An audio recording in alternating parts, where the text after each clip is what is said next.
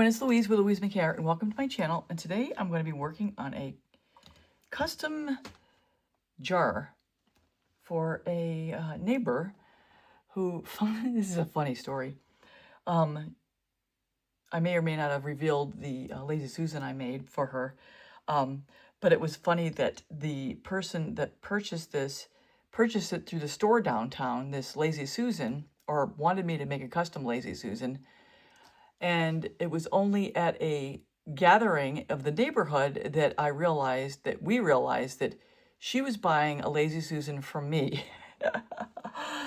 So she wanted to come over and see what I had to offer at my house, and I showed her my art room, and we talked for a while and everything. And so she's going to be ordering a few things, including a jar for her dog for treats to go into in the kitchen to match the Lazy Susan that I made, and also match some coasters that I ended up making for her. So it is funny how the world works, I'll tell you that. So what I've got here is it's going to be a jar lid, of course, and I'm going to be putting down my pillow, the 6011N from Glidden, and you get this from Home Depot. I've already taped the back. I forgot to show you that, darn it. I taped the back and the underside so that it's protected, but I tape along the edge here.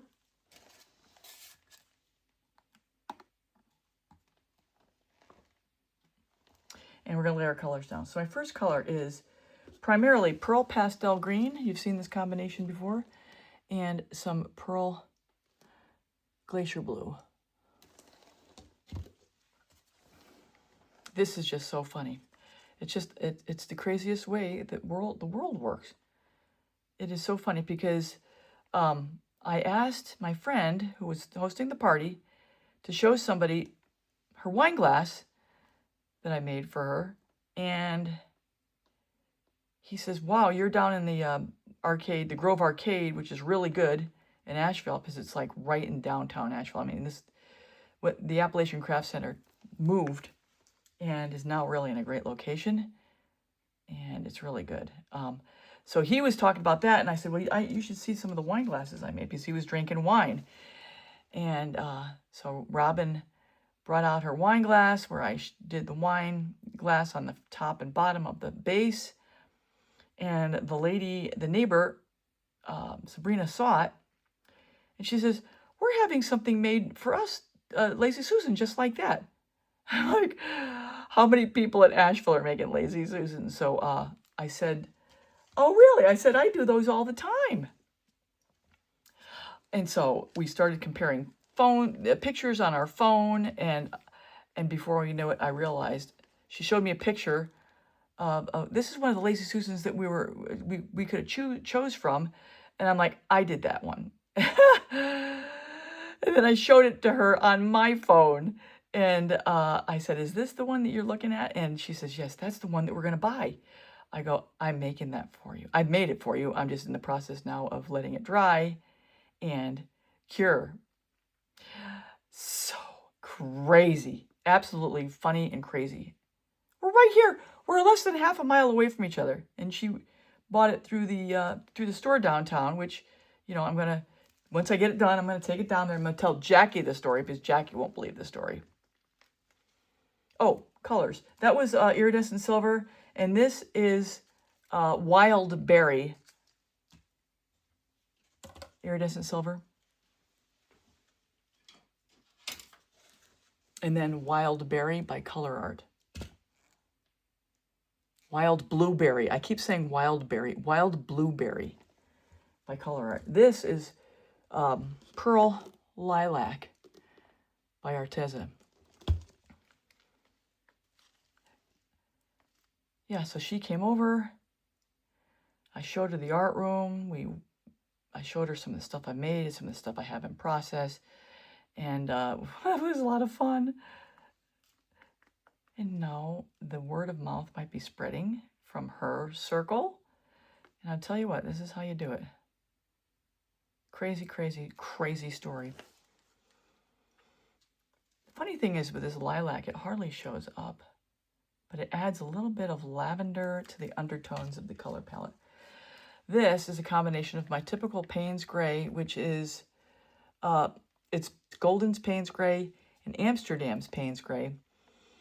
And I added a little bit of anthraquinone blue from Golden to blue it up. And the funny thing is, here's another funny story. I was getting ready to make something for her today with the same color palette. I was using Payne's Gray regular from Amsterdam and Golden, and I was looking at it, and I'm like, something's not right here.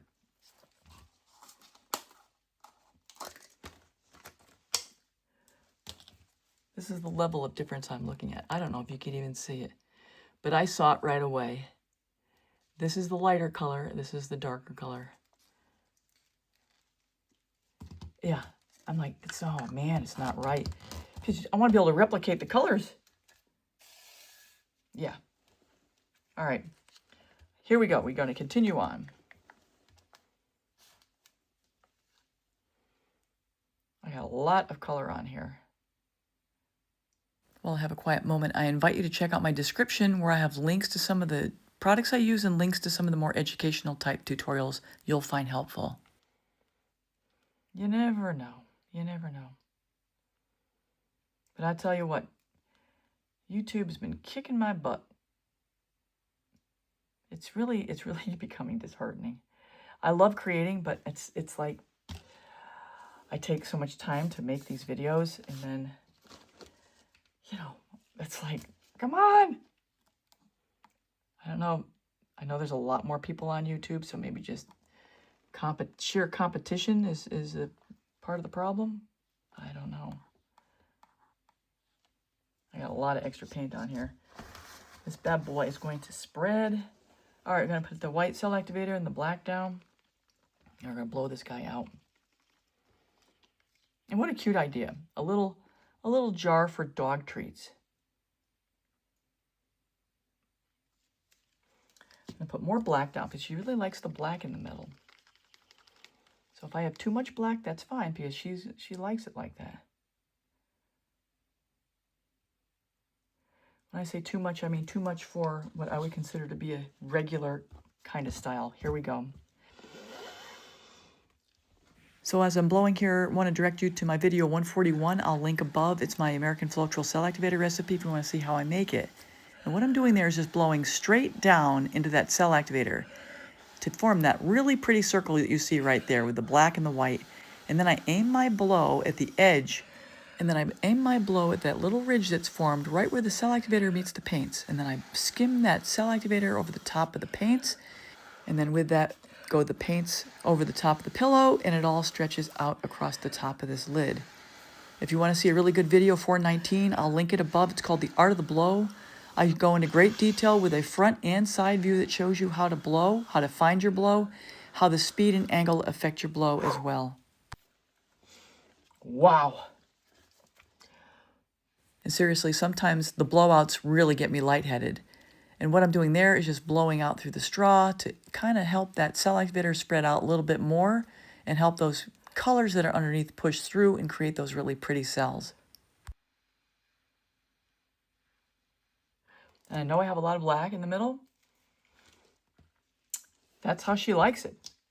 That's how she liked it. That's what attracted her to the jar lid I had downtown, and I have way too much paint on here. So I'm going to clean this up real quick before I spin, because otherwise everything's going to go everywhere. And I'm going to use this pillow paint for another set of coasters.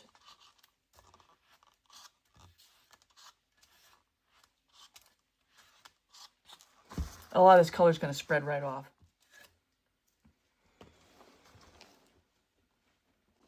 Get this thing to stretch out and open up. Get the lighter colors to spread out and open.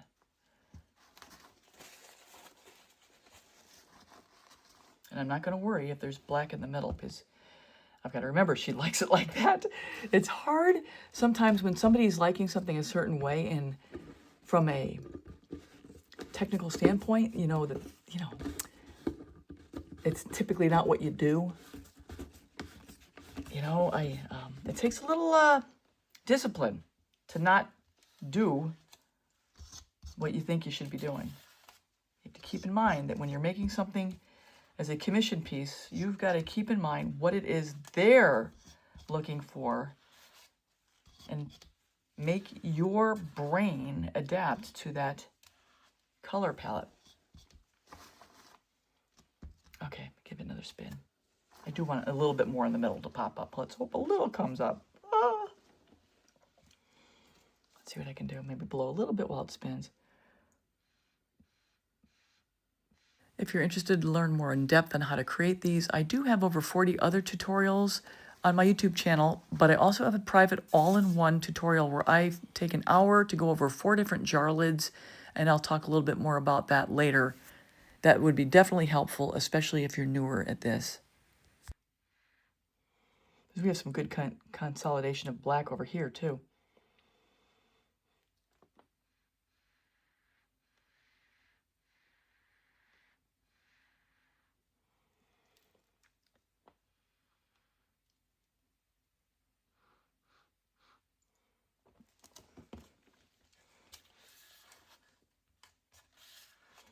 I'm going to spin it a little more. I want to get a little more of the darkness off. Try to pull up some more of the color, light color in the middle, and spread out the black.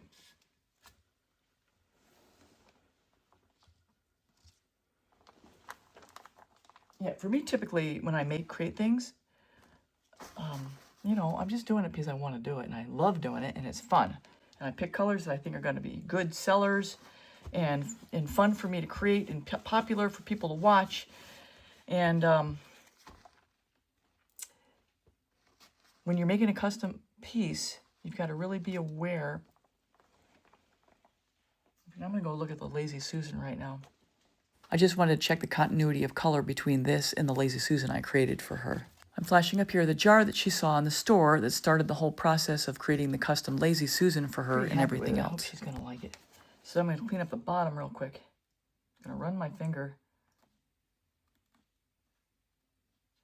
under by pulling it out.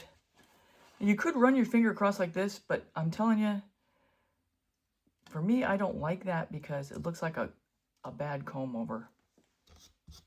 Because your paint just goes in an angle. So I like to pull it straight out and down, and then it looks like it just is seamlessly going off. What is that? That is weird. That's really cute.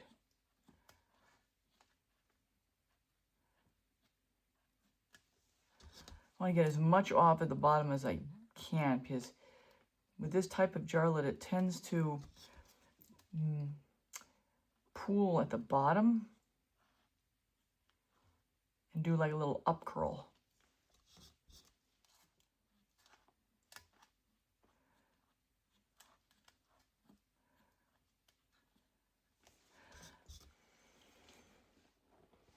All right, everyone, this is where we are. Just gonna lift it up like this. I worked on the jar lid today, and this is what I've come up with. I hope this is gonna work. I'm gonna set this down to dry either which way. Just let me know what you think. Alrighty. For these guys, it takes, you know, I've got to let this dry at least a week, and then I will be resining it. Alrighty, let me know. Thanks. So a little more detail about the private tutorial. These are the jars that you're going to learn how to create in that tutorial. I start out by going over taping, which is critical because that's the foundation of the whole process. And then I go over the resin prep, resin application for the 4 styles and what I consider to be the best practices, saying good morning to them the next day, and then the after resin tape removal and the best practices for this, then the finishing off and final assembly if applicable.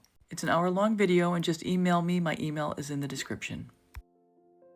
So that brings me to the end, and I always show you guys the final resin results so you see that we got from start to finish without a hitch. I hope you guys enjoyed this tutorial. If you're new here, I really encourage you to subscribe, hit that bell and all. You'll get all my latest tutorials. If everyone can please comment and hit the thumbs up, I'd appreciate that. And if you're able to hype the video, I would love it. So that's all I have for now, everybody. Take care. Till next time.